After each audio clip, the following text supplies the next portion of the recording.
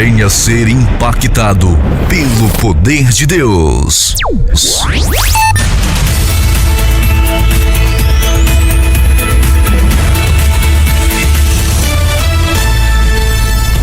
Venha ser abençoado por Deus.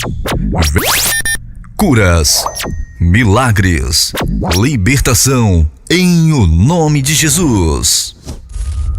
Está chegando a hora. Noite de louvor, adoração e pregação da palavra de Deus. Ministrando a palavra de Deus. Con la pastora Luciana Aguiar y el apóstol Marcelo Parreira. Você e sua família são os nossos convidados especiais. Hola, bendiciones. Estamos aquí en la radio Unicristo, de aquí de Río de Janeiro. En la radio Unicristo, estamos transmitiendo al vivo.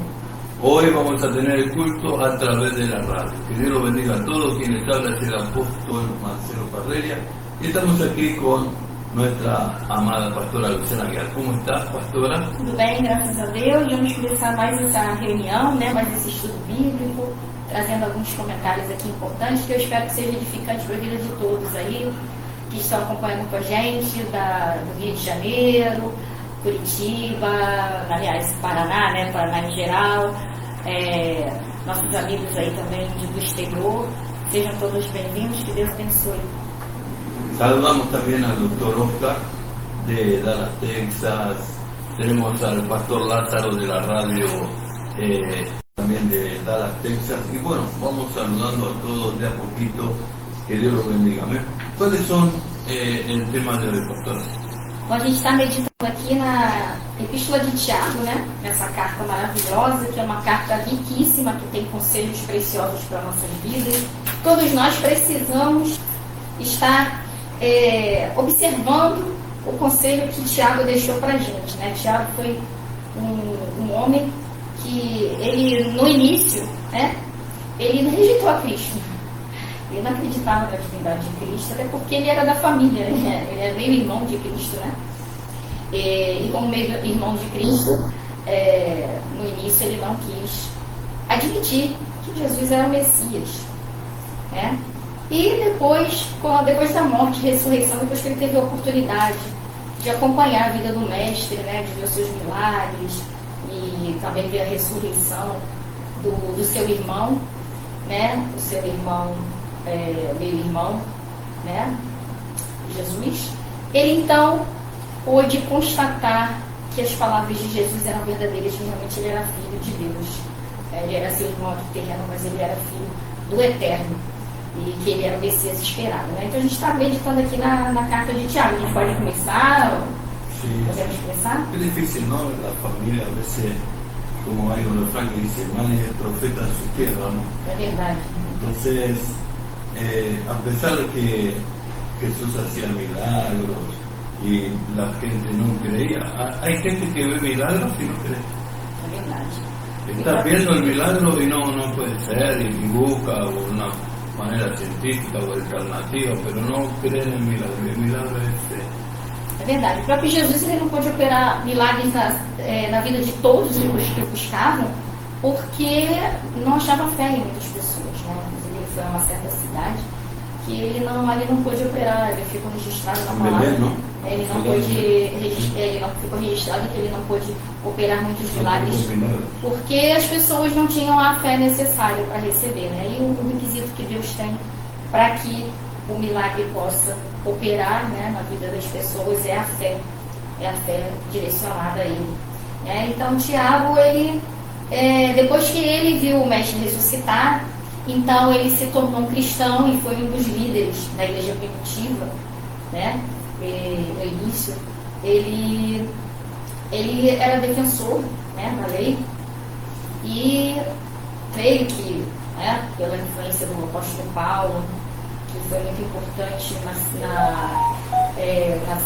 na questão de levar o evangelho também aos gentios, de que a igreja não era só para os judeus, mas para todo aquele que cresce, fosse de qualquer nação.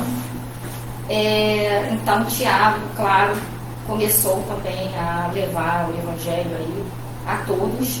Essa epístola a gente pode ver que ele fala para a igreja, ele não fala somente, né, para os judeus, ela é endereçada, ele começa a falar, né, das tribos, aqui que ele interessa essa epístola às 12 tribos, né, por ser ele um judeu, né, mas a gente consegue ver depois, né, no teor da epístola, no teor da carta até o final, que são conselhos aplicáveis a todos, a qualquer um que seja, né, de qualquer nação que faça parte da igreja. Inclusive depois ele fala sobre a religião. Ele não defende somente a religião judaica. E ele vai falar um pouquinho sobre o que é a verdadeira religião. Então ali a gente já começa a ver que a abertura da mente de Tiago para um evangelho que vai além das barreiras das religiosidades, né? Aquele mesmo Tiago que é um judeu, né? É um judeu, embora messiânico, porque ele creu que o seu irmão era o Messias, Jesus, né? E o aceitou. Ele no início, né? Um judeu praticante, e a gente começa a ver ao longo da epístola que ele começa ao entendimento de que a religião, ela não é o caminho para Deus, e que a verdadeira religião não são essas religiões que o mundo nos apresenta, mas sim Cristo. E a gente vai ver ele falando sobre a verdadeira religião que Cristo nos manda fazer. Então aí a gente começa a ver a abertura, né, de Tiago em relação à igreja, mostrando aí que Deus não se limita a religiões ou a povos, desde que Jesus morreu na cruz e efetuou o sacrifício por nós. Então a gente, na semana passada, na última reunião, a gente deu início aí, né, a introdução, deu início, né, a introdução, ou seja, a gente começou a introduzir, né, a introdução que Tiago faz aqui da sua epístola. E ele fala aqui, Tiago, servo de Deus e do Senhor Jesus Cristo. Ele se coloca como servo, interessante, né? Ele podia ter se aproveitado da sua posição de irmão, né? Irmão do Messias. Mas você vê um Tiago humilde, que ele não fica durante a epístola trazendo para si, né, título de irmão de Cristo. Ele não fica se vangloriando disso, né, de ser da família terrena de Jesus também. Você não vê esse tipo de coisa em Tiago. Isso é interessante, porque isso nos ensina a questão da humildade, de que nós devemos nos considerar todos servos de Deus, né? Todos, né, importantes, sejamos de uma certa família ou sejamos de uma certa posição social, mas todos diante de Deus temos valor. E ele não ficou se vangloriando, nem usando isso, né, essa prerrogativa de que ele teria que ser mais considerado que os outros apóstolos, porque ele era irmão de Cristo. Isso eu acho interessante. Ele não fica usando isso. E ele se coloca mesmo na posição de servo. Né? Tiago, servo de Deus. Ele não fala irmão de Jesus Cristo, mas ele fala servo de Deus e do Senhor Jesus Cristo. Interessante, né? A gente vê aí nas igrejas, né, na igreja em geral, pessoas que às vezes querem se intitular e ter cargos e achar que seu cargo é mais importante do que do outro irmão, e porque ele tem um certo cargo ele deve ter destaque, ele deve aparecer mais, ele deve toda hora mencionar isso, e títulos, quando o próprio Tiago, e ele que era uma autoridade mesmo para que as pessoas consideravam, as pessoas viam isso nele, né? Não precisava ele estar falando muito, as próprias pessoas, poxa, isso aí morou com o próprio Jesus, né? Teve a oportunidade de estar mais próximo, embora Jesus, né, ele vivia com os 12 discípulos, e nessa época ele ainda não era um dos 12, né? E nem cria ainda de que Jesus era o Messias, totalmente, quando não se entregou totalmente a essa fé. Mas as pessoas viam nele, né? Poxa, ele é irmão de Jesus, então ele conhecia bem o mestre, né?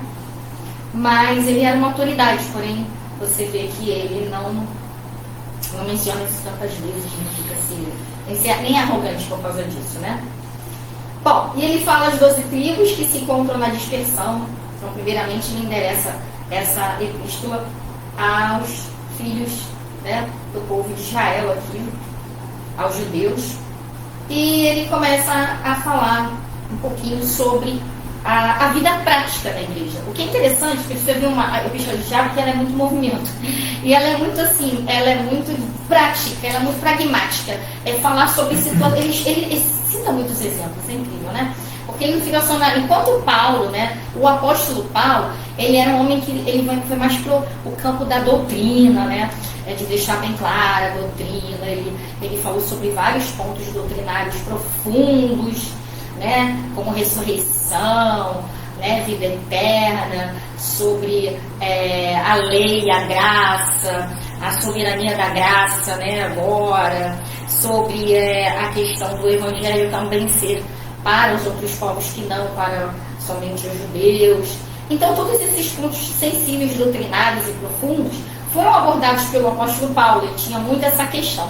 Embora ele também falou, claro, sobre a aplicação prática, mas ele ia muito mais na doutrina, nos pontos sensíveis para explaná-los, né, desde lá de trás do Velho Testamento até chegar no Evangelho da Graça, né, todas essas questões ele abordou. E também abordou muito a questão, né, da igreja, da organização dentro da igreja. Isso ele também fez. E Tiago vai mais por essa linha, né, de falar sobre a organização dentro da igreja e a prática, as coisas acontecendo ali no dia a dia, como tem que ser, as situações entre os irmãos, né, como se resolver a vida diária do cristão, né, como igreja. E é muito interessante porque essa epístola ela cabe para nós aqui em todos os sentidos, né? Você pode aplicar ela hoje em dia em todos os sentidos na igreja. Então ele começa a falar, né, sobre a primeira coisa que a gente vê, ele aborda um assunto que não é muito agradável. Ele começa falando sobre provações. Quem é que gosta de ser provado, né? A gente, quando estuda, as pessoas que estão na escola, as crianças, os jovens e até os mais velhos, um grande temor que a gente tem, que as pessoas têm, eu sou professora também, então eu vejo que um grande medo, né, aquela coisa quando se fala de prova, é o terror. Não, mas prova, para que prova, né? E a pessoa tem que estudar, tem que provar alguma coisa para alguém, né? Então, um ser humano geralmente não gosta de passar por provas, né? Porque exige sacrifício, exige negação, né, da sua própria vontade, exige disciplina, exige esforço, né? E a gente é posto ali para desafiar, é um desafio, né? Para desafiar os nossos próprios limites. E é bom ser cômodo. O ser humano gosta de estar bem cômodo, né? Nós somos, é a nossa natureza.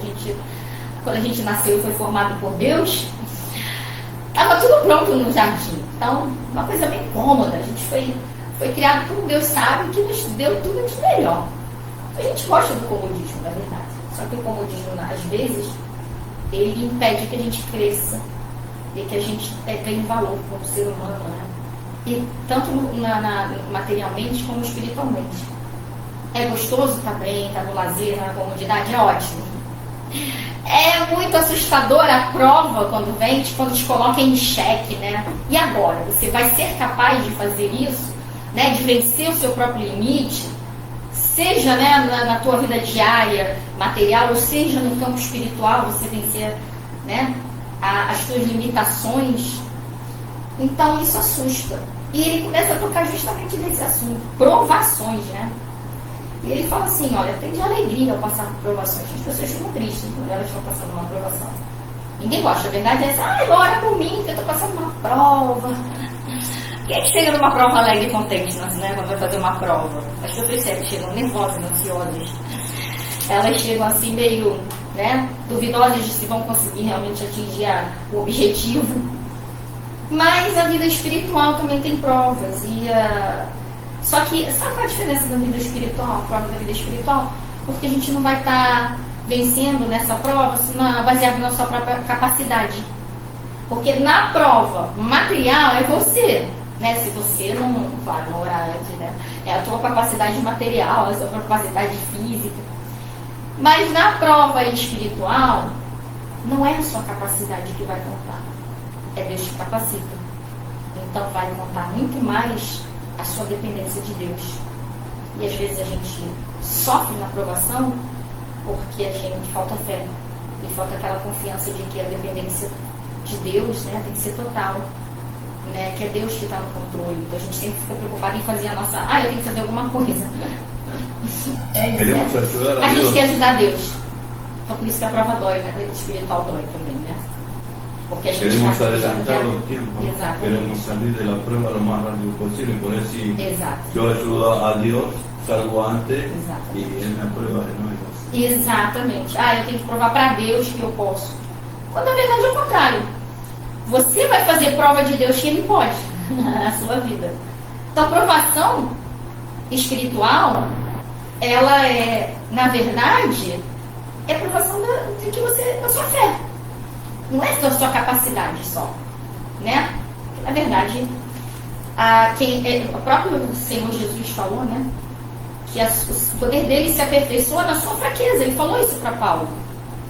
Então, se você for esperar a sua força para ser vencedor na aprovação, você vai ser reprovado. Mas se você, né, colocar a sua fé em Deus e a confiança nele e deixar que ele tome rumo, você vai ser aprovado. Então aqui, sabendo que a aprovação da vossa fé. Então olha aqui como é que Tiago fala, a aprovação da vossa fé. Não é da vossa condição, da vossa inteligência, da vossa sabedoria, da vossa capacidade. Não, a aprovação da vossa fé. Uma vez confirmada, produz perseverança. Né? Olha que bom, né? Porque quando você né, vence aquela aprovação, Deus opera e você consegue, né, ir até o final e Deus opera, e aí a sua fé, né, ela produz perseverança. Porque o que acontece? Uma outra vez você vai perseverar, porque você vai, poxa, se Deus fez naquela vez ali por mim, por que agora Ele vai falar comigo? É um treino, né? É um treino de exercício de fé. E é isso que Paulo já começa nessa prática, aí falando dessa questão prática. Ora, a perseverança deve ter ação completa, para que sejais perfeitos e íntegros, e em nada deficiente, né? Então, aqui ele fala, perseverar, ação completa, porque há pessoas que hoje estão, hoje elas estão, né, estão firmes na fé em Cristo, amanhã elas já não estão mais. Hoje elas creem e amanhã elas já não creem mais. Hoje elas estão analisando, estão observando a palavra, estão se amparando na palavra de Deus, e amanhã elas já duvidam se a palavra de Deus vai ser realmente eficaz, tão eficaz na vida dela. Então é isso que acontece aqui, né? Tem que ter ação. A ação eu vou estar ali, né, me amparando nessa palavra e não vou desistir. Não vou ficar para lá e para cá, né, confiando, não confiando. Então, e para que sejam perfeitos, né? O perfeito para Deus não é aquele que é perfeito em si, mas é aquele aperfeiçoado por Cristo. Porque a gente está aqui todos os dias tentando acertar e a gente falha. Né? Mas a perfeição para Deus é isso, é quando você não desiste, né? Você persevera em se aperfeiçoar, né? Ser aperfeiçoado por Deus. Íntegros em nada deficiente. Aí que no versículo 5 que a gente parou na semana passada, né? A gente estava falando sobre isso, sobre a sabedoria, né? Pedir sabedoria, né? A gente falou muito sobre isso na última reunião, né? Peça a Deus se você tem falta de sabedoria, né? É uma coisa que alegra muito o coração de Deus, é quando a pessoa não está pedindo a Deus só as coisas materiais, mas a pessoa pede as coisas espirituais para que as materiais venham. Por isso que Jesus falou, buscar primeiramente o reino de Deus para que as demais coisas sejam acrescentadas. Então, e como é que a gente consegue, né, tá priorizando o reino de Deus? Porque a gente tem sabedoria na nossa vida. Sem sabedoria a gente não consegue nada. A nossa mente é responsável para que as nossas atitudes, porque as nossas atitudes sejam corretas. Tudo começa na mente, e a mente é a sede da inteligência e da sabedoria. Tem uma diferença, né, pastor Marcelo? O senhor sabe a diferença, né, meu esposo? Sabe a diferença da inteligência e a sabedoria? Inteligência é o que eu tenho, e a sabedoria que vem de Deus. As pessoas que são muito inteligentes, por exemplo, tuvieron la suerte de ganar la lotería y usan su inteligencia, ¿no?, para hacer su negocio o lo que sea. Pero no son inteligentes porque en 5 años no tienen más nada. Não são sábios, né? No son sabios para Não são guardar sábios. y administrar ese dinero. Sabem começar, mas não têm a capacidade de continuar, né? De terminar. Perseverancia. Perseverança. Porque a sabedoria, que uma coisa está ligada à outra, né? A perseverança está ligada também à sabedoria, né? Então, é exatamente isso que a gente falou, que ele lembrou do último exemplo, né? Que a inteligência é a capacidade de memorizar as informações, de ter aquela, né, desenvoltura, né? Em situações mais de resolver alguns problemas, mas a sabedoria, ela é muito mais profunda. A sabedoria, ela é quando você consegue lidar com as situações mais complexas, né? E você consegue resolver realmente as situações de uma forma eficaz, né? E sem danos. Porque a pessoa pode ser muito inteligente, guardar muita informação, né? Mas ela pode usar isso para o mal. Ela pode usar isso para o mal e causar dano. Inteligência pode causar dano. Tem muita gente inteligente aí que está, né? O homem que, por exemplo, né, inventou armas potentes, né? Que inventa uma arma potente, ele é inteligente, né? Tem homens aí que inventam cada coisa, né? Ele é inteligente.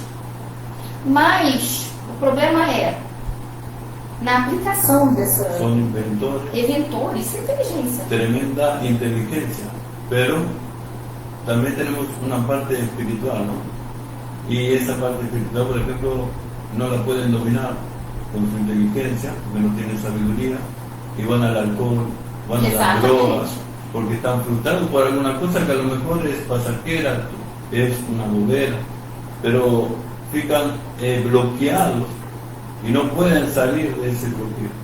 E então é importante. Aí faltou a sabedoria. Ele foi inteligente, ele é um homem inteligente, né? Sabe criar coisa, sabe fazer coisa. Mas na hora de lidar com a sua própria vida, ele quer dar a sabedoria. Dice que Deus estava creando y estaba la inteligencia a la derecha y la sabiduría a la izquierda. O al revés, no me acuerdo en este momento del texto bíblico. Pero él estaba con los dos, con la sabiduría y la inteligencia. Sabiduría para crear e inteligencia para ir más profundo, para ¿no? crear y Para ir más para ir profundo. más profunda, sabiduría. A lo que, ¿no? Porque tiene un átomo, pero el átomo se divide y tiene más átomos. Entonces, eso todo lo descubrió el hombre después de millones de años. Y por revelación encontramos en la palabra de Job, palabras de profetas que dicen que nosotros cosechamos de la tierra lo que comemos, pero debajo de la tierra hay fuego. ¿Y cómo puede ser que después de miles de años, ahora que estamos en el 2025, los científicos descubrieron que debajo de la tierra, así como hay agua y la tierra no da fruto, también está la lava, está el fuego, ¿no? Entonces esa sabiduría milenial, ¿no? Milenial, tenemos que ser humildes para buscar en los libros el conocimiento, la sabiduría. El rey Salomón dijo: adquiere sabiduría. No, la gente está buscando la plata, pero si vos tenés sabiduría para administrar la riqueza, siempre vas a tener más. Verdade. Então, é isso, né? A inteligência e a sabedoria, elas têm que andar juntas, porque... E a diferença é que a sabedoria ela não vai causar dano.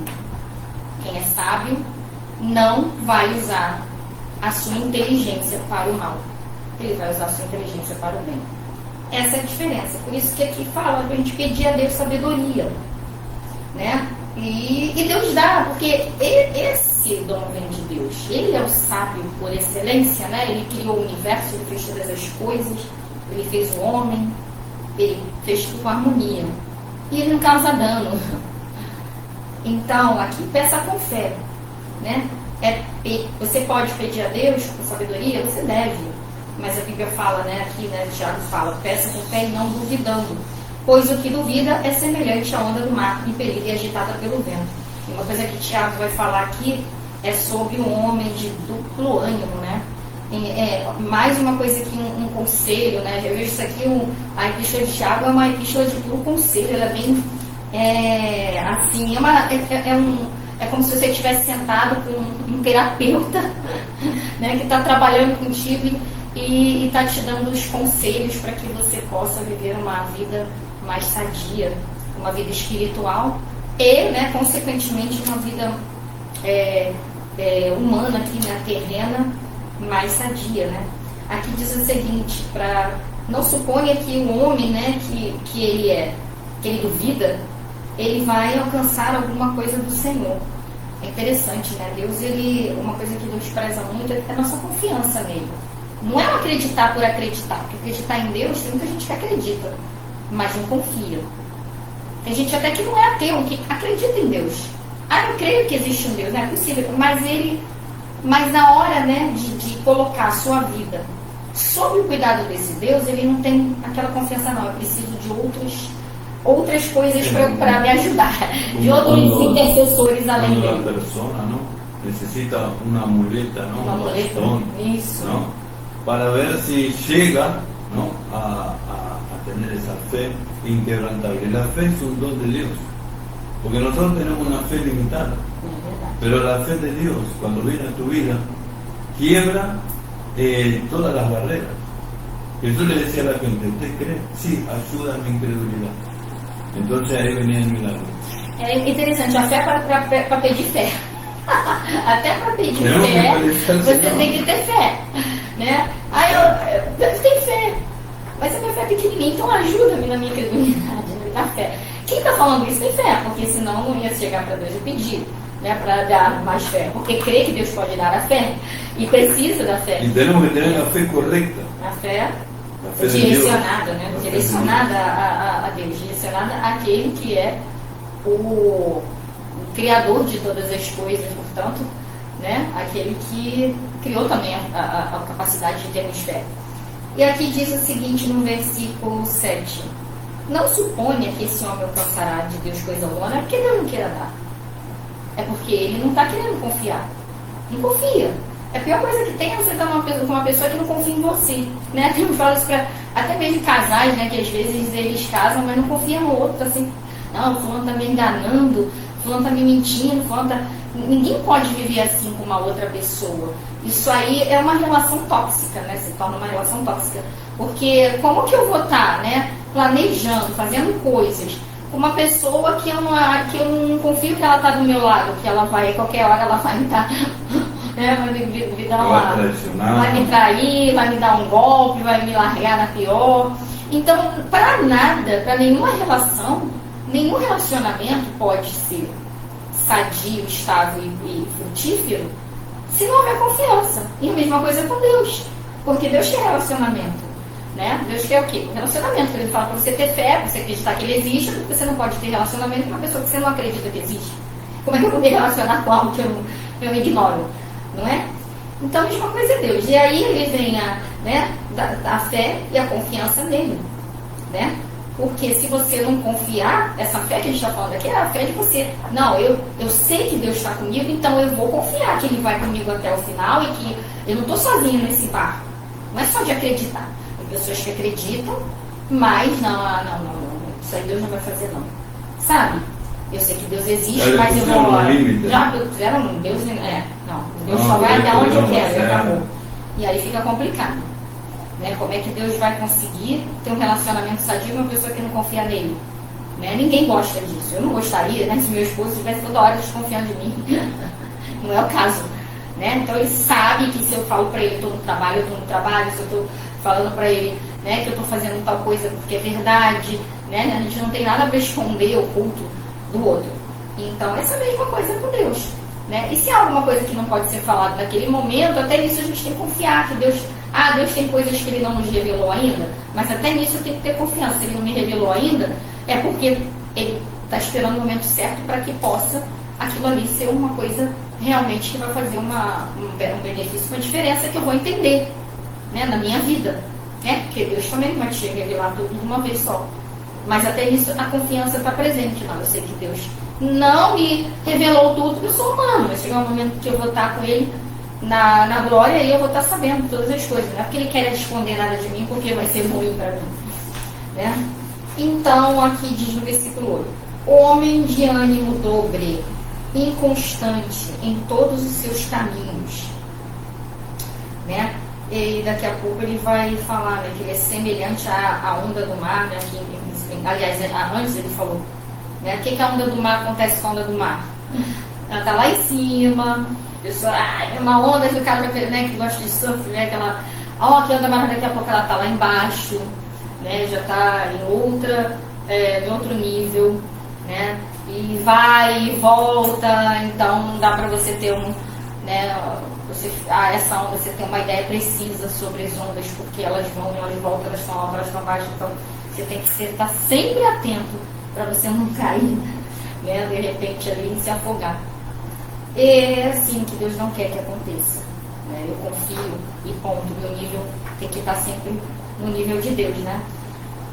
Em versículo 9, o irmão, porém, aqui é muito interessante, né, que a partir do versículo 9, né, Tiago já entra em mais um conselho. Ele sai da questão da inconstância espiritual, daquela pessoa que está, né, titubeando na fé, uma hora está com Deus, outra não está. E ele começa então a falar sobre um outro assunto, que é a humildade, né, e das riquezas e de saber lidar com elas, né? O irmão, porém, de condição humilde, gloria-se na sua dignidade, o rico na sua insignificância, porque ele passará como a flor da erva. Em momento algum, Deus usa Tiago para dizer que ele não vai salvar os ricos. Mas Jesus falou que é difícil o rico entrar no reino dos céus. Mas por que é difícil? Porque Deus não quer que ele entre? É difícil para muita gente também que nem é rica, que nem tem nada e entrar no reino dos céus. Não é só o rico. Muita gente também que é pobre, que dificuldade para ele conseguir entender a palavra de Deus e confiar, né, e ter acesso ao reino de Deus. A questão não é essa aqui. A questão é que geralmente as pessoas que têm muitas posses, elas começam a confiar mais nas suas posses do que em Deus. Ela acha que o dinheiro dela é que vai resolver o problema. Então, o coração do homem, ele é muito sensível. Y también tenemos una perspectiva, ¿no? Que por ejemplo, yo soy rico y vos no sos rica. Entonces, yo confío en mi riqueza. Yo quiero comprar, por ejemplo, no sé, una camioneta. Voy y la compro. Vos no. Vos querés comprar el auto y vos decís, Señor, prosperame, Señor.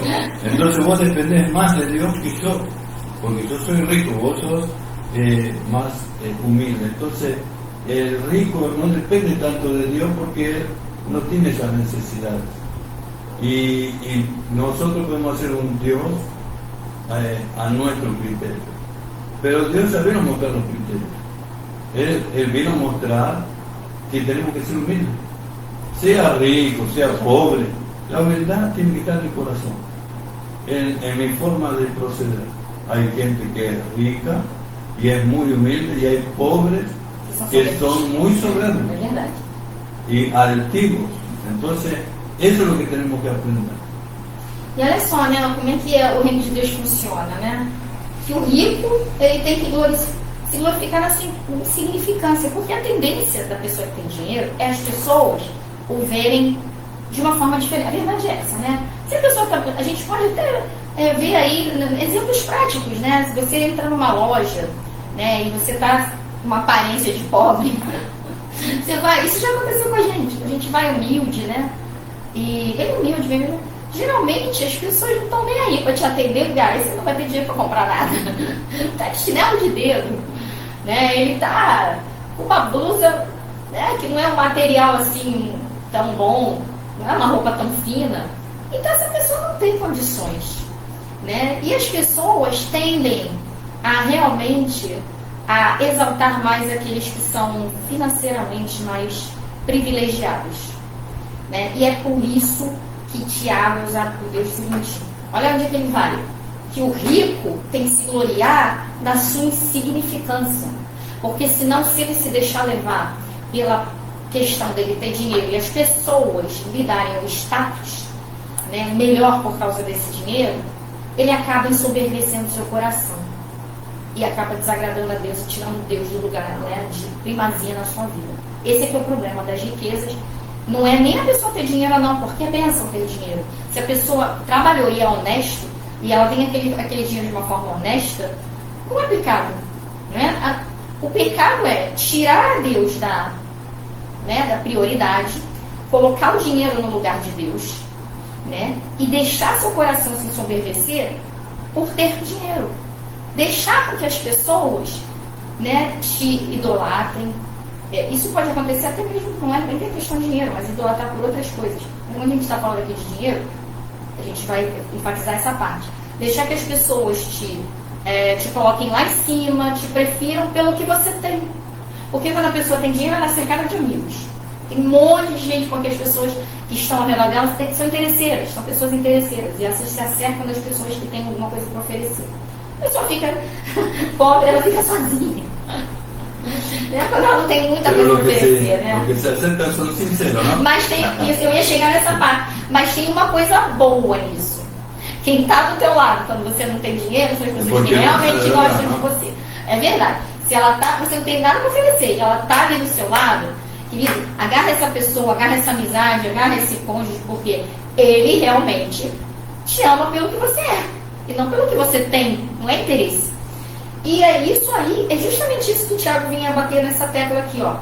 Se você é rico, você não se gloria porque você tem muitos amigos, você tem casa bonita, você tem condições para resolver muita coisa. Se glorie em você ser insignificante diante de Deus, você precisa dele. Porque é isso que vai te enaltecer, porque enaltecido no mundo você já é. Quanto mais dinheiro você tem, mais enaltecido no mundo você é. Então, o que você tem que fazer? Para que isso não venha te prejudicar, se glorie em realmente você saber que tudo isso aí é passageiro. Que tudo, você tem tudo e você não tem nada. Porque você tudo é emprestado. De um momento para o outro as coisas podem mudar. Né? De um momento para o outro pode não ter mais nada. Quantos tiveram tudo e de repente perderam tudo? Jó foi um exemplo disso, né? E era um homem de Deus, um homem cheio da presença. Ele chamou a atenção de Deus e ele perdeu tudo porque Satanás tentou ele. Né? Pediu a Deus autorização, mas Deus já estava, olha a confiança, né, que a gente tem que ter. Deus já estava vendo que ele ia perder tudo, mas Deus já tinha tudo para retribuir ele com 7 vezes mais. Né? Porque sabia que ele ia passar naquela provação. Sabia que ele realmente era um homem que tinha a sua fé firmada. Então, o rico deve se gloriar na sua insignificância. As coisas do reino de Deus são diferentes das coisas terrenas, né? E o humilde, porque não tem coisa nenhuma, ou não tem muito, se glorie na sua dignidade. Né? Eu não tenho muito para dinheiro, mas eu sou digno. Que coisa linda, né? Caráter, não? Caráter. Es lo más valioso, ¿no? Não tem ninguém para ter o que eu Ahora te voy a contar una historia. Un muchacho que tenía, salió en el noticiero, en el jornal, un carro de millonario, ¿no?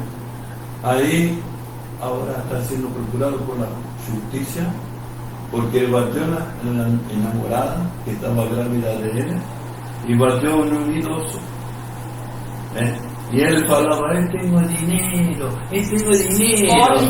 Ahí no tenía una conducta y ahora está preso, está siendo procurado. Entonces, ¿de qué le va a servir el dinero? Para pagar a los abogados, para poder seguir un día más libre, hasta que venga un maluco com 3, 4 amigos e lo deixa eles tirado no chão. Pois é, e é isso que Tiago está alertando. Isso é a natureza humana. E Tiago já estava indo justamente nesse ponto aí.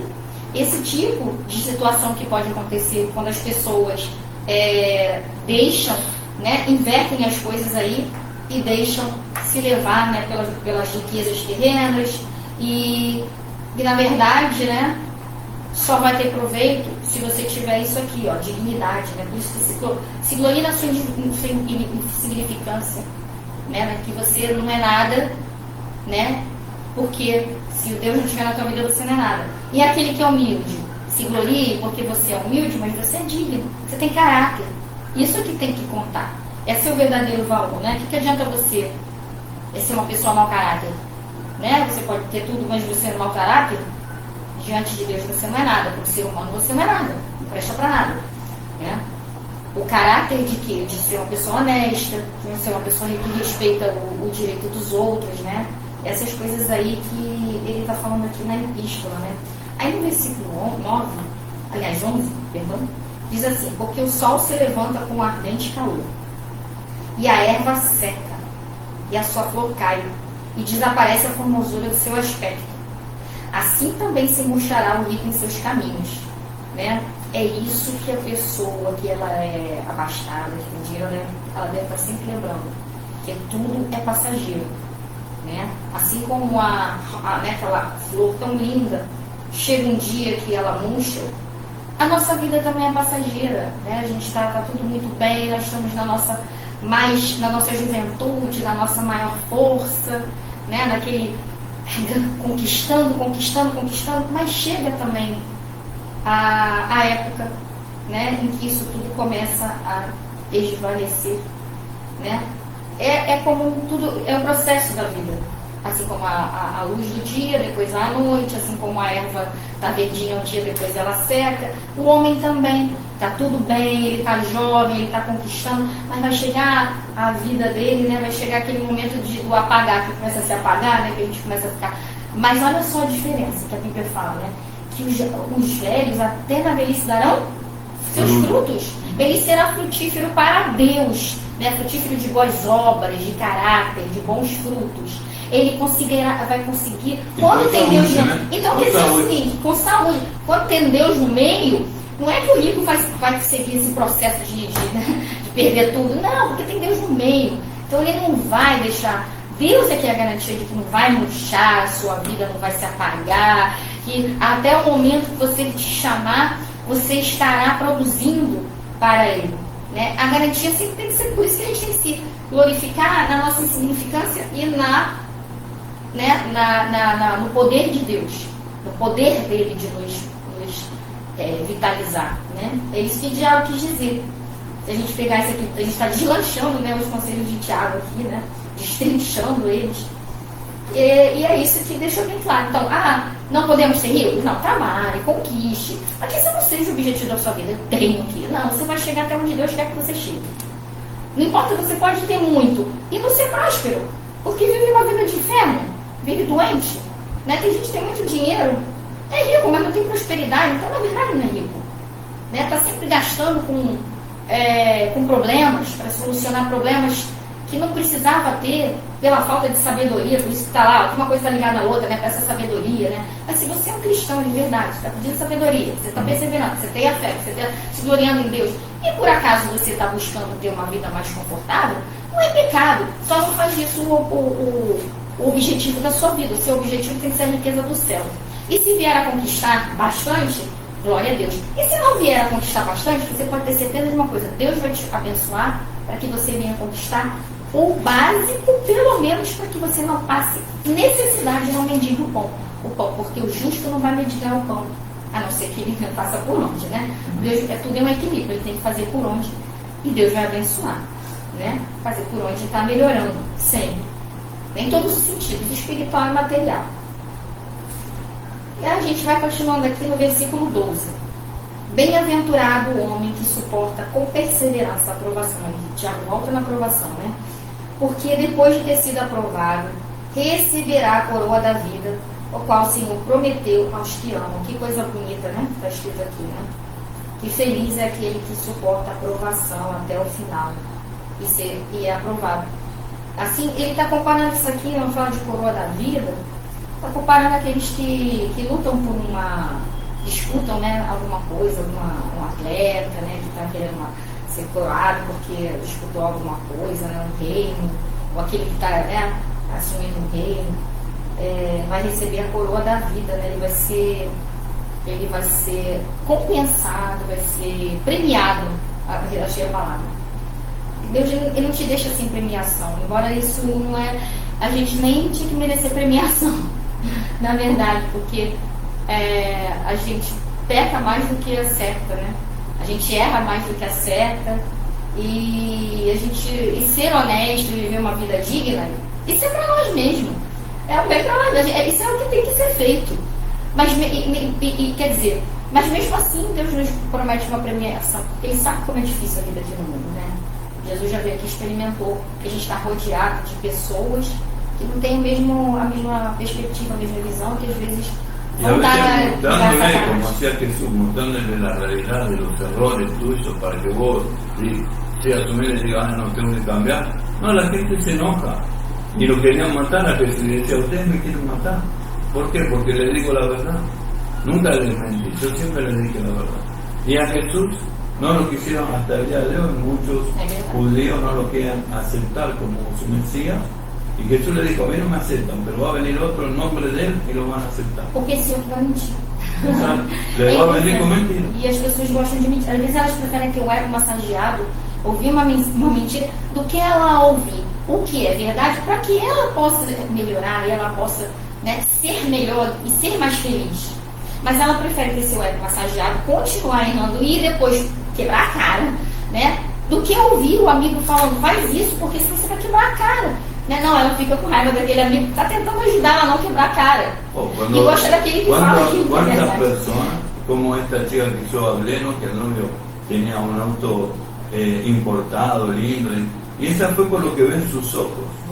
Y esa fue y dice, no, porque él me da todo lo que yo quiero, pero también le pegó y también la dejó embarazada, grávida, y salió en donde, en el jornal, por los malos tratos, porque tiene miedo de que la mate.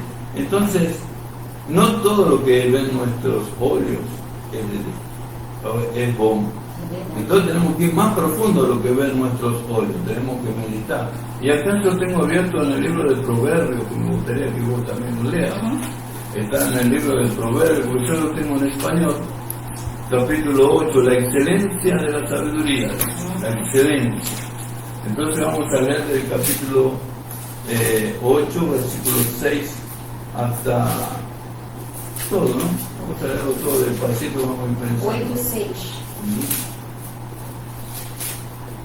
Escuchad, porque voy a decir cosas excelentes, voy a abrir mis labios para cosas rectas, porque mi boca dice o fala la verdad. Continue en 7. Versículo 7. Porque minha boca proclamará a verdade, os meus lábios abominam a impiedade. São justas todas as palavras da minha boca, não há nelas nenhuma coisa torta nem perversa. Todas são retas para que as entenda e justas para os que acham o conhecimento. Aceitai o meu ensino e não a prata, e conhecimento antes que o ouro escolhido. Porque melhor é a sabedoria do que joias, e tudo o que deseja, nada se pode comparar com ela. Eu, a sabedoria, habito com prudência, e disponho de conhecimento e de conselhos. O temor do Senhor consiste em aborrecer o mal, a soberba, a arrogância, o mau caminho e a boca perversa, eu os aborreço. Meu é o conselho e a verdadeira sabedoria.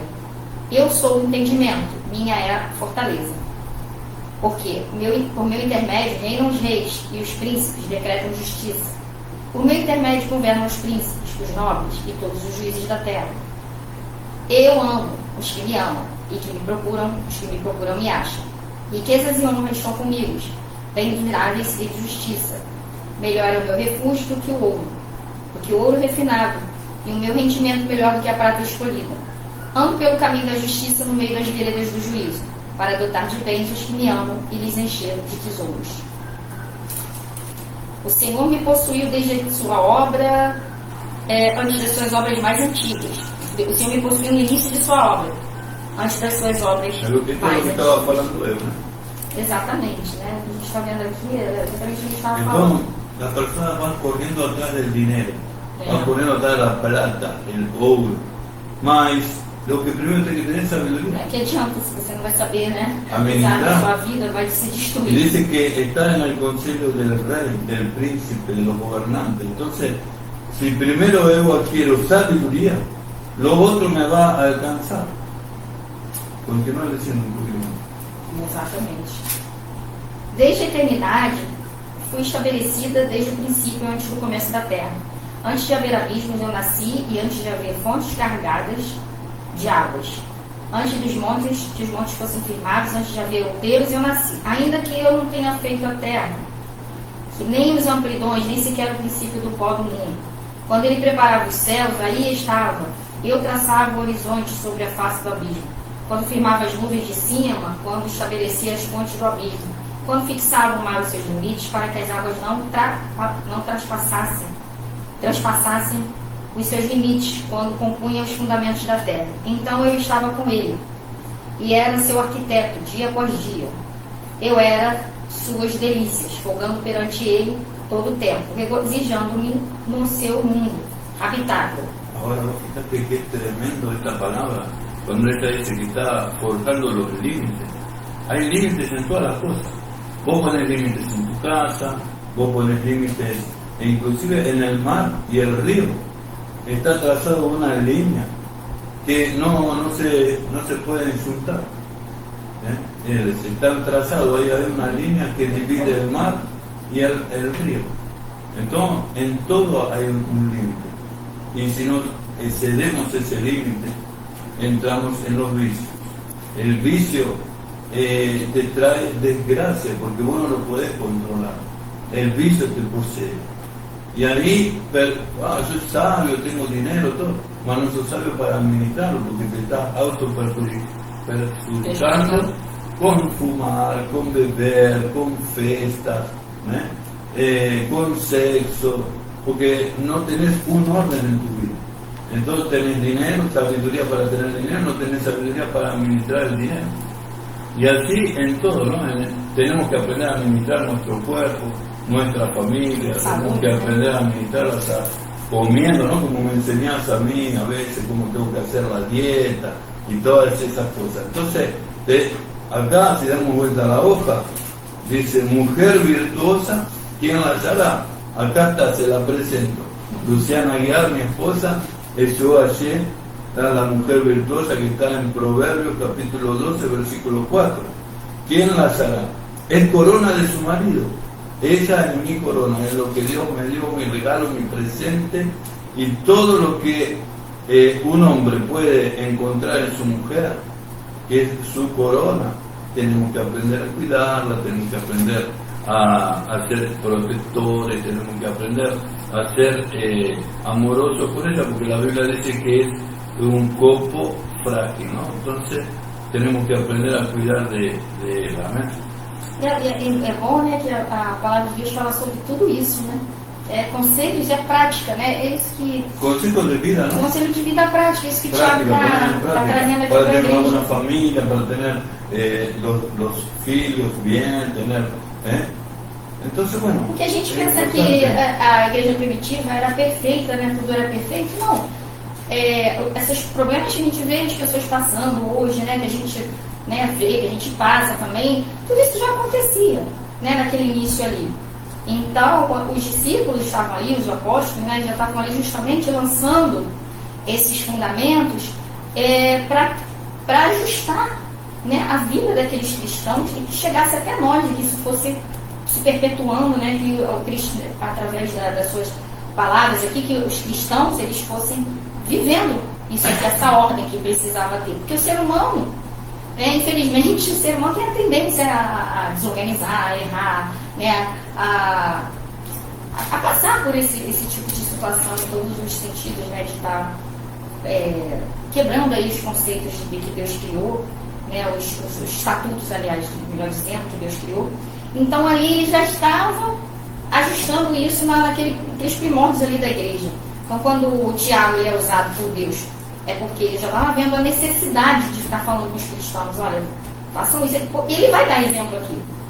Quando ele dá exemplo, que ele vê, né, que quando chegasse um irmão rico lá na igreja, né, dá o primeiro assento para ele, deixa o pobre sentado lá atrás, ele cita isso aqui. Por que ele fala sobre isso? Porque ele deve ter vivenciado isso dentro da igreja. Ele viu pessoas agindo assim, dando o cara chega rico, né? Chega bem vestido, mostra que tem... Aí bota lá na frente, é aquele que tá mal vestidinho, porque é uma roupa mínima. Aí deixa sentado lá atrás, ele já começa a falar sobre isso. Ele introduz aqui esses assuntos e depois ele vai exemplificando lá com coisas que ele viu acontecer na igreja. E até hoje acontece. Até hoje ficou pra gente porque ele sabia que todo mundo ia precisar estar se guiando por esse manual. né? Deus usou ele para mostrar essas coisas aqui. E não é uma coisa que acontece, a gente viu hoje em dia acontecendo? É. E não tem que ser resolvido? Tem. Né? Tem que ser ajustado isso aqui. Porque senão como que Deus vai estar operando, como é que as pessoas vão estar agradando a Deus, né? E aqui a gente vai, além aqui, né, depois de falar sobre a sabedoria, que é a base de tudo, isso aqui, para tudo isso funcionar, né? Então aqui ele diz, né, de ninguém ao ser tentado, diga, de Deus sou tentado, porque Deus não pode ser tentado pelo mal. Ele mesmo a ninguém tenta. O que às vezes as pessoas pensam, Deus me botou nessa situação, eu estou passando isso porque Deus está permitindo. Deus está permitindo porque Deus te dá livre-arbítrio. Mas a maioria das situações que nós passamos de dificuldade, fomos nós que nos colocamos nela, por decisões erradas, precipitadas, por não consultar a Deus. Ou, no pior das hipóteses, tem gente que passa por situações que elas não criaram. Elas estão sofrendo porque os outros que estão perto criaram para ela. Aí sim ela está sendo, né? Está sendo vítima. Mas mesmo assim, Deus dá aqui um alento, né? Ninguém é tentado de Deus, porque Deus fez. É porque pessoas com o seu livre-arbítrio, né? Com as suas más escolhas, com as suas más decisões, prejudicaram elas mesmas e as outras.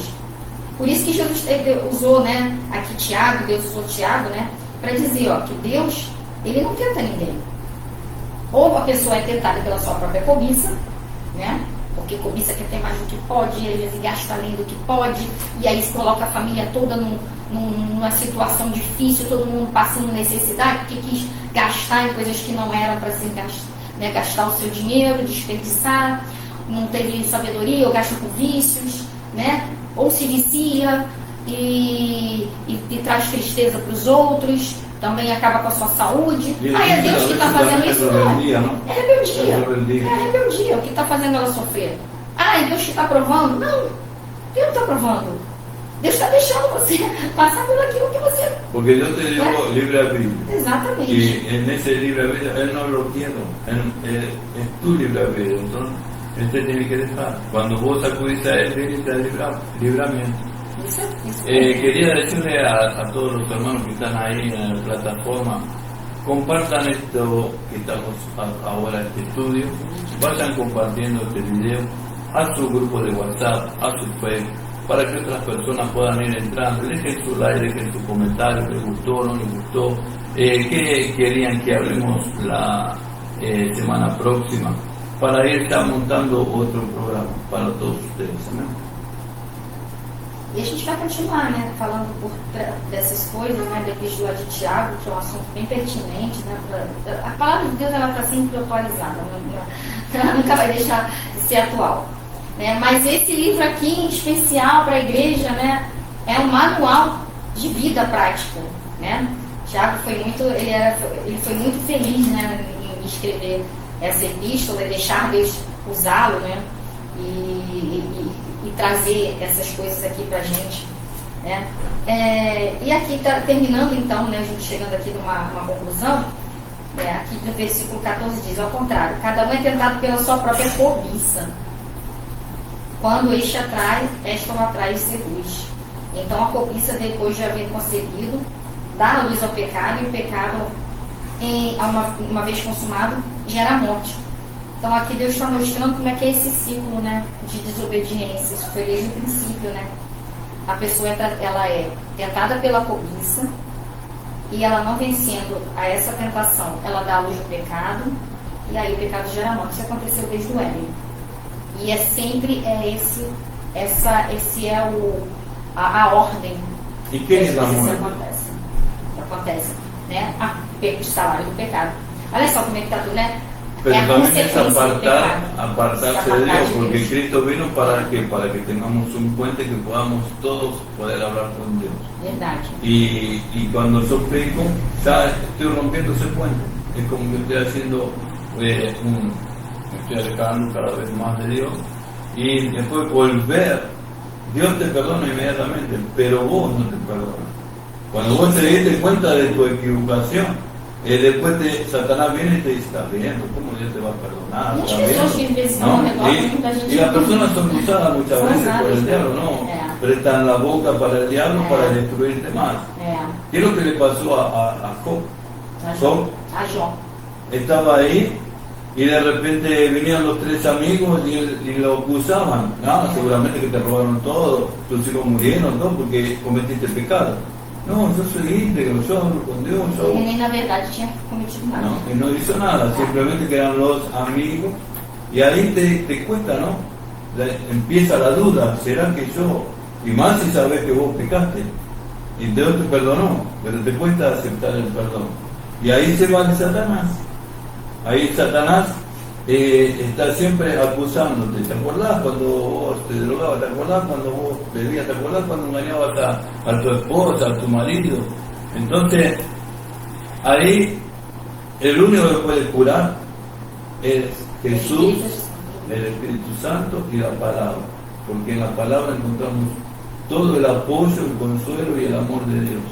Y otra, todos dicen, no, porque Dios es amor. Sí, Dios es amor. Pero Dios tiene sus principios. Y sus principios Él no los corrompe. No los quiebra, no los corrompe. Entonces es importante que aprendamos la palabra para saber los principios de Dios. ¿No? Y cuando tenemos los principios de Dios ya no nos equivocamos. Y eso, si no nos equivocamos, no caemos en pecado. Porque como decís vos, es un manual, es un mapa la Biblia. ¿Sí? Cuando estoy navegando en un barco, estoy siempre mirando la navegación. Estoy siempre haciendo un cálculo en el mapa para llegar a mi destino. Y eso es lo que tengo que estar siempre, mirando la Biblia. Por eso que en Josué dice, medita de día y de noche en esta palabra. Y él no tenía todo el Nuevo Testamento. Él tenía el Torá. Ahora tenemos todo el complemento bíblico para equivocarnos menos. Verdade. E aí aqui, né, a gente está vendo aqui, né, justamente que está sendo falado, né, que o pecado ele gera a morte, né, então tudo começa com a cobiça, né, cuidado com aquilo que você quer para a sua vida, como se estivesse Tiago alertando, cuidado com aquilo que você está, né, cobiçando, né, aquilo que está te atraindo, te seduzindo, porque há consequências, né? Se a pessoa for tentada pela sua própria cobiça e ela deixar que isso domine, não pensará que ela vai ficar sem consequências. Muitos estão achando aí, mas Deus me perdoa, aí depois vai dar certo, depois eu corrijo, depois a gente ajeita, e não é assim.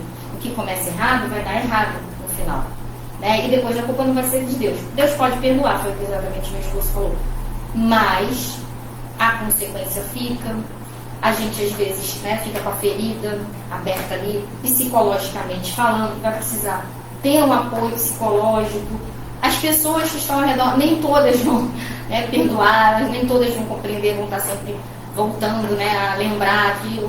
Então, e a morte, né, além dessas coisas todas, essas consequências, a morte que é a separação de Deus eterna. Né? Então, por isso que fala que não vos enganeis, meus amados irmãos, no versículo 16, né? Toda boa dádiva e dom perfeito são do lado alto, descendo do Pai das luzes, em que não pode existir variação ou sombra de mudança. Então, não cobice algo que você sabe que Deus não está aprovando. Né? Se você quer algo, né, você tem um desejo de algo na sua vida, seja o que for. Eu quero um emprego melhor, ótimo. Deus não vai te impedir de desejar. Eu quero ter uma condição financeira melhor, eu quero ter uma esposa, eu quero ter, né, uma casa, seja o que for. Né? Deus, Ele não te impede de desejar. O problema é você cobiçar aquilo que não deve. Aquilo que, né, eu quero ter muito dinheiro, eu quero ter poder para influenciar as pessoas, eu quero manipular, aí sim. Eu quero a mulher do meu próximo, aí sim. Né? Aí é cobiça. Aí não é um desejo aprovado. E o desejo? Quando você tem um desejo de algo aprovado por Deus, né, aprovável, né, que é uma coisa que é uma boa dádiva, o que você tem que fazer? Perguntar a Deus, né, isso aqui eu devo, isso aqui é meu, isso aqui eu tenho que, né, assim que deve ser, e vai trabalhando tanto espiritualmente como na sua vida do dia a dia para você alcançar aquilo ali, orando a Deus, Deus, eu quero assim, é da tua vontade? é isso que o Senhor está aprovando, então vai me mostrando, vai me dando condições. E vai vivendo. Né? Por quê? Porque toda boa dádiva e todo dom perfeito vem lá do céu. Se é uma boa dádiva para você, vem lá do céu. Deus vai fazer com que você alcance no tempo certo, da maneira certa, né? Da maneira que seja honesta, descendo do Pai das Luzes. Sabe por que tem que ser da forma correta? Porque em Deus não há sombra de variação. Se alguma coisa duvidosa e oculta, né, tá ligada ao mal, né, tá ligada ao Satanás, isso não pode vir de Deus para você. Ah, mas Deus vai me estar abençoando aqui, ó, aqui eu vou ganhar bastante dinheiro. Ah, isso aqui, as pessoas dizem que é desonesto, mas é Deus que está no negócio. A gente está prezando umas pessoas, mas Deus está no negócio. Como que Deus vai estar no negócio? Deus não há sombra de variação, não tem mudança, Ele não tem acordo com o pecado. Deus é santo. Não é através do pecado que Deus vai te dar bênção. Então alguém dizendo que você vai ser abençoado através do pecado, não é. Essa pessoa não está falando da parte de Deus. Jesus, porque a gente está falando que Jesus ele não foi bem recebido, né, pelos judeus. Por que ele não foi considerado Messias? Ele falava a verdade. Porque ele não era falso. Porque ele não ficava tentando agradar. Ele era direto, com toda a gentileza que ele era, né? Aquele gentil, amável, com toda aquela doçura, mas até na doçura, ele era direto e objetivo. Né? E muitas vezes, mesmo ele falando em doçura, com doçura, as pessoas se sentiam agredidas. Por quê? Porque a verdade agride, não estava satisfazendo os seus desejos carnais. Quando ele chegava e falava, olha, né? Vai lá, né, por exemplo, quando ele falou para Mateus, né, você vai lá, você devolve o que você lesou as pessoas, a mais do que você cobrou, depois você vai lá, não. Né? Se Mateus fosse uma pessoa que não quisesse ouvir a verdade, não tivesse coração, ele fala, não vou devolver nada não, se eu quiser que eu ande com o Senhor, fica assim mesmo, já estou cheio da grana, agora eu vou devolver. Não, ele teve que ir lá e restituir isso, doeu no bolso, doeu na vida dele, mas assim, Mateus queria estar com Deus. Mas já teve um jovem rico, quando Jesus testou ele, e falou, vai lá, vende tudo que tens, dá aos pobres, ele já saiu muito triste, não gostou de ouvir a verdade. Né? E Jesus, na verdade, estava testando ele, estava vendo até onde ele conseguia ir. Né? Se realmente ele não queria nada. Não queria nada com Deus, porque senão ele ia fazer assim, que Mateus o fez. Então, olha só, o que acontece, né? Em Deus não há sombra de variação. Meu querido, se tem alguém que está te convidando para uma coisa que oculta, né? Que mistura as coisas das trevas com as coisas da luz, dizendo que é Deus que está te abençoando através daquilo ali, cuidado, porque em Deus não há sombra de variação. Não há mudança. Tem muita gente se envolvendo com coisas aí, que dizendo que está sendo bênção de Deus na vida dele. Sim. Organizações, coisas que a gente não vai citar, mas as pessoas já podem imaginar, mas dá extratos. Ah, mas abre caminhos. Ah, mas, querido, nada que vem do inimigo pode ter um bom final. O inimigo, o Satanás, ele não veio para ser bonzinho. Ele não foi ele que deu a vida na cruz para salvar ninguém, ele não veio por amor. Ele é inimigo, o nome já diz, ele é opositor. Como que ele vai estar dando uma coisa para o bem? Né? Não pode ser. Quem morreu na cruz, quem deu sua vida por ti, né? Quem é o puro amor é Cristo. E ele pode não agradar, ele pode dizer coisas que às vezes são, puxa, mas né, vai contra os teus desejos. Mas é para o teu bem, porque ele está vendo o teu futuro. É aquilo que vai ser depois constante na tua vida. O que adianta você ter alguns minutos, alguns dias, alguns anos, né? Se você acha que está se dando bem e depois a sua queda ser grande, o seu sofrimento ser eterno. Não é melhor ter uma coisa, né, mais sacrificada, né, andar mais devagarinho, ter uma coisa mais humilde, demorar até mais para chegar onde você quer, mas é algo eterno, é algo que vai ser para sua felicidade, é algo que não vai te destruir, é algo que vai ser, né, que você vai ter na eternidade, você vai estar com Deus, você não vai ter que se envergonhar e dizer apartai-vos de mim, ouvir, aliás, apartai-vos de mim porque não vos conheço. É melhor, o pouco com Deus, ele multiplica, é muito, e o muito sem ele é destruição. Vai ter destruição no final, está aqui, ó. Uma vez consumado o pecado gera morte. Isso não tem outra interpretação. É isso mesmo. Cobiça, consumado, pecado, morte. Então não adianta a gente dar um jeitinho nisso que não vai ter Vamos lá. outro caminho aqui diferente que esse. Que Deus abençoe, né? A gente fez hoje esse podcast falando aqui das coisas de Tiago, que é a nossa epístola, alvo de estudo nesses meses aí. A gente terminou o livro de Atos, né? Demos aí uma parada, fomos praticamente até o final, mas é um livro que não termina porque a gente continua escrevendo a história da igreja, ainda que não com relatos escritos, ou sim, não sei, mas assim, não aqui mais, né, nesse livro, mas a gente escreve a história da igreja quando a gente escreve a nossa vida. E agora a gente está pegando esses conselhos práticos aqui que a gente precisa para a nossa vida, para a minha, para a sua, para de todos, para que a igreja possa funcionar, né? Para que a igreja possa estar mais alerta aí que a gente está precisando nesses últimos dias, né? A gente vai continuar ao longo das outras reuniões, dos podcasts, falando sobre Tiago. Se você tem alguma dúvida, você quer enviar alguma coisa aí que tenha a ver, né, com o que a gente está abordando aqui, alguma pergunta, algum comentário que você queira que a gente comente, deixa aí registrado, que a gente vai estar vendo e a gente vai estar aqui respondendo, tá? Pode deixar. Nas próximas lives, né, nos próximos vídeos, a gente vai estar respondendo aí, que é importante, né? A gente gosta desse feedback e precisa também dele. Amém? Vamos lá. Pode orar, vamos. Senhor Deus Todo-Poderoso, damos graças, Senhor, por este momento. Senhor, tú eres un Dios vivo, un Dios real. Señor, tú vienes a nuestra vida, Señor, para traernos sabiduría, para traernos la verdad, para traernos libertad, Señor, en el alma, cuerpo, espíritu. Señor, tu palabra cura todavía, Señor, tu palabra, Señor, renueva, tu palabra nos da un perfume de vida, Señor. En el nombre de Jesús quiero pedirte que te manifiestes en la vida de las personas que nos están escuchando, en la vida de las personas que nos van a estar escuchando, Señor, después, otro día, otra semana, Señor. Abençoa su casa, abençoa su familia, abençoa, Señor, su sabiduría para poder tener una sabiduría divina, Señor, fe divina, Señor. En el nombre de Jesús, Señor, ayúdalos a conquistar, ayúdalos a tener éxito, ayúdalos, Señor, a ficar curados. En el nombre de Jesús, haz milagros, porque tú eres un Dios que está vivo, un Dios que está presente, un Dios que hace milagros. Señor, queremos conocer esos milagros, Señor, que nos escriban en estos lives para la gloria de tu nombre. Amém. En el nombre de Jesús, te pongo todo en tu mano para la gloria de tu nombre.